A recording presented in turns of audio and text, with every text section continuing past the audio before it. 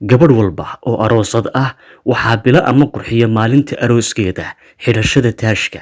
Inta badan aroosadda waxa uu waqti badani kaga lumaa doorashada taashka saxda ah ama taashka ku habboon. Haddaba waa goorma waqtigii la bilaabay xidhashada taashka? Ku soo dhawaada xubinteenna maanta. Magacaygu waa Cali Ibraahim.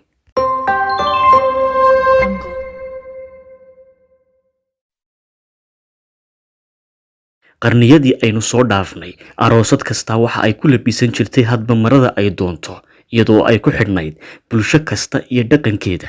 Waqtiyadaas guurku muu ahayn mid laba qof u dhexeeya, balse waxa uu u dhexeeyey laba bulsho ama qabiil oo kala duwan. Markii koowaad taashka cad ee arooska waxaa gashatay Philippa oo u dhalatay dalka Ingiriiska. Sanadkuna waxa uu ahaa 1406. Si kastaba ha noqotee, xidhashada taashka caan muu noqon ilaa laga soo gaadho 1840, xilligaas oo ay boqoradii Ingiriiska ee Victoria ay guursatay Prince Albert. Xilligaas arooska Victoria iyo Albert waxa uu ahaa aroos si weyn loo hadalhayay oo soo jiitay dareenka saxaafadii xilligaas ee dunida joogtay. Casriyadii dhexe ama qarniyadii 5aad ilaa 15aad, aroosaduhu waxay ku labisan jireen toobab ka samaysan xariir oo lagu qurxiyey kuulo si uu toobku bilic u yeesho. Si kastaba ha noqotee, waxay ahayd duni uu qof kasta gashanayo hadba wixii cajabiya. Markii la galay qarnigii horumarka, waa qarnigii 17aad, waxaa caan ahaa toobabka dhaadheer ee cadcad si loogu ekaysiiyo taash. Maxaa yeelay gabdhaha faqiiriinta ah may awoodeen inay iibsadaan taashashka. Qarnigii 18aad waxaa soo baxay fashion cusub kaas oo ku faafay dabaqadaha dhexe, maadaama bulshooyinku aynan sinnayn.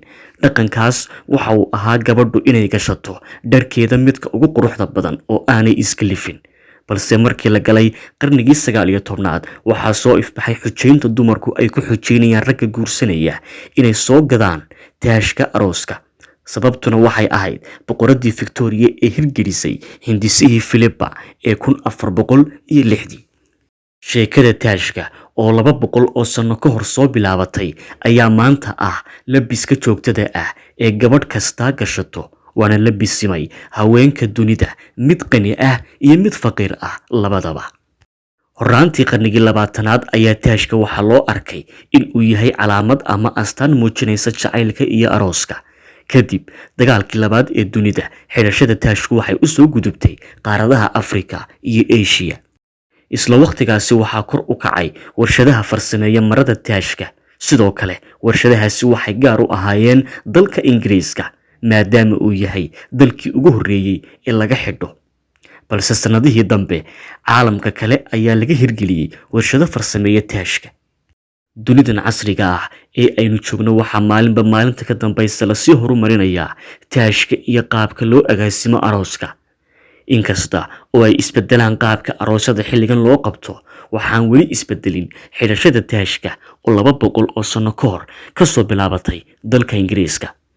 Maanta waxaa dunida ka jira ku dhawaad 8,000 oo shirkadood oo caalami ah, kuwaas oo si isku mid ah u qabta xafladaha aroosyada, iyagoo aan weli ka tegin in ay gabdhaha aroosadaha ah kula taliyaan xidhashada taashka. Intaas ayaan ku soo afmeerayaa xubinteenni maanta. Intaynu mar kale kulmi doonno, waxaan idinku dhaafayaa nooli kulante.